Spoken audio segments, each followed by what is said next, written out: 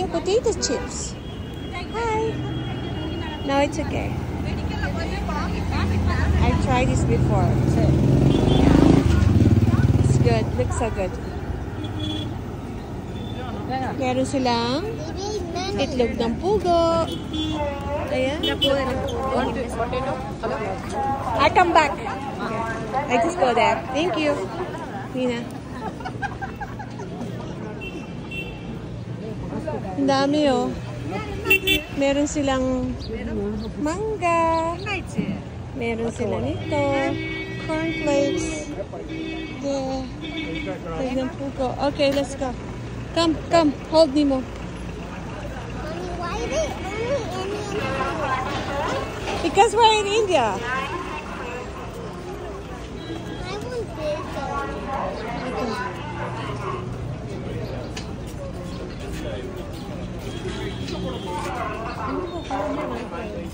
How much? 50. Do you have cash? You have cash?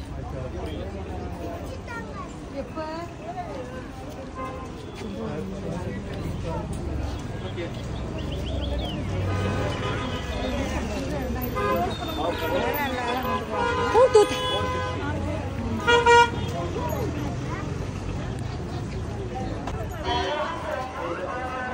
Good. 50.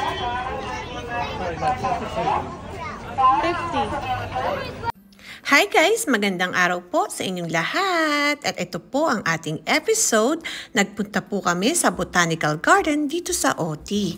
At alam niyo po ba na libre po ang bata sa ticket. At kami lang pong mga dalawa ni tatay na matanda ang nagbayad po ng ticket. Let's go!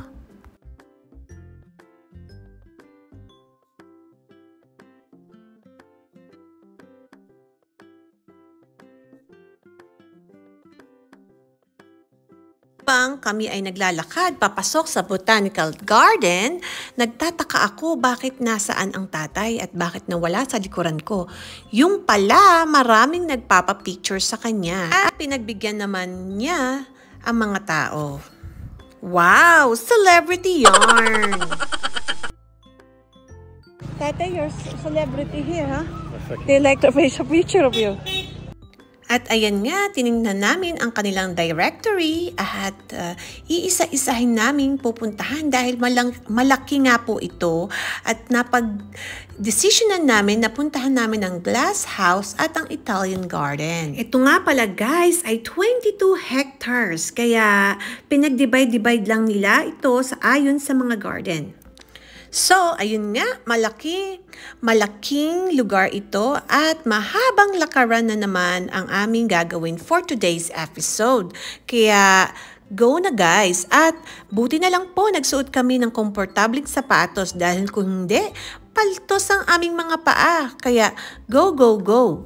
It's been a while nang kami ay nakalabas at ngayon nga ay papunta kami sa Glass House. At alam niyo ba guys na sila ay nag-open noong pang 1847. Wow! Napakatagal na pala nito. At alam niyo ba na ang lugar na ito ay worth 2,500 meters above sea level. Kaya pala napakalamig dito. Perfect for gardening. Alam niyo ba, noong 1847, Marquis of Tweeddale, the governor of Madras, initiated a move to form a public garden and horticultural society in Ooty. In 1848, MacClever trained in the Royal Botanical Garden at Kew was brought to Ooty to transform the wilderness into a beautiful garden. At isa na namang impluensya ng mga Ingles. At ito nga ngayon, tinatamasa natin ang kagandahan ng garden dito sa Ooty. At kung makikita nyo, meron siyang mga botanical name. Also, noong mga panahong yon, dito rin nagsimula ang teak. So pagtatanim ng teak, ito rin ang nakapagpatulong sa India sa kanilang economic industry, ang teak industry. Kung mapapansin nyo sa aming bahay, ang aking mga furniture ay gawa sa teak wood. So dito po pala nagsimula ang teak industry dito sa India. Itong lugar na ito ay perfect para sa mga family at sa mga lovers at syempre sa mga nature lovers. Ang lakas niya pa-relax kasi nga puro greens ang aming nakikita at ang babungo din ng mga herbs. Ayan, sobrang nag-i-enjoy talaga kami. At alam nyo ba na more than 650 plant species dito sa Uti Botanical Garden? Wow, ang dami na nun, guys. Hi! Inhale, exhale. Ang sarap lang hangpin, ang sariwang hangin, lalo na't nasa paligid ka ng mga halaman. Ang lakas niya makapag-fresh at magka-clear of the mind. Dahil nga marami silang positive na naidudulot sa ating katawan. At nare-release din ang mga toxins sa ating katawan pag tayo nag-e-exhale. Welcome to Italian Garden.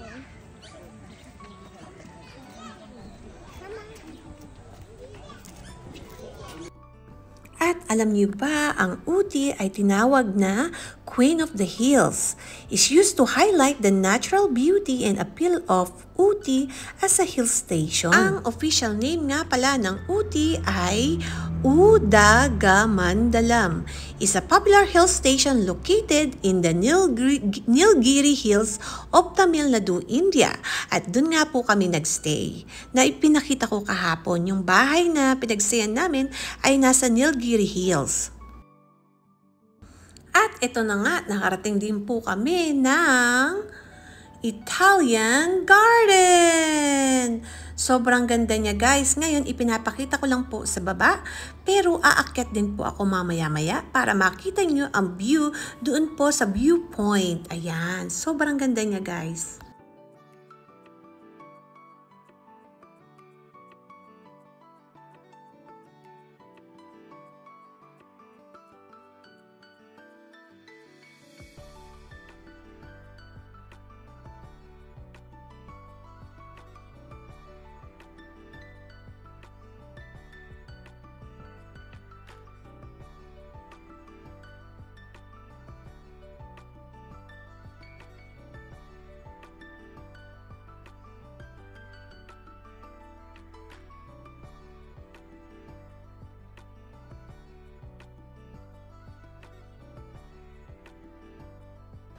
Medyo mahabang akyatan ang aking binabaybay pero okay lang kasi I wanna make sure na makita nyo talaga ang view kung saan kami nagpunta at sobrang nag-enjoy po talaga kami.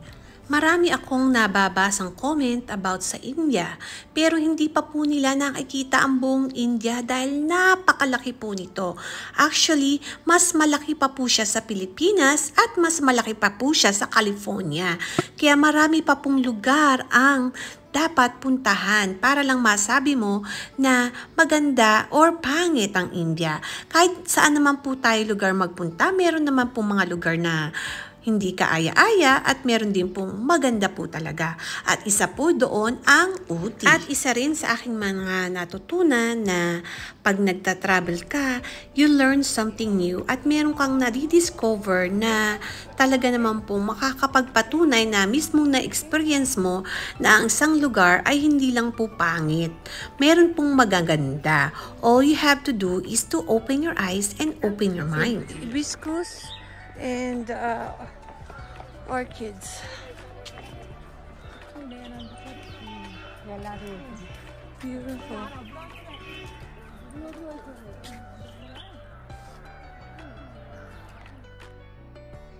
Wala akong masabi, guys, kundi beautiful. Talaga naman pong napakaganda ng garden na ito. At sabi ko nga sa aking asawa, picturean ako para naman meron akong remembrance. Kak, ganun. O, diba? Ang ganda. Siyempre, magpapatalo ba naman ang aking mga anak? At siyempre, si tatay din. Bongga. Ang mga post namin. Ayan. Super.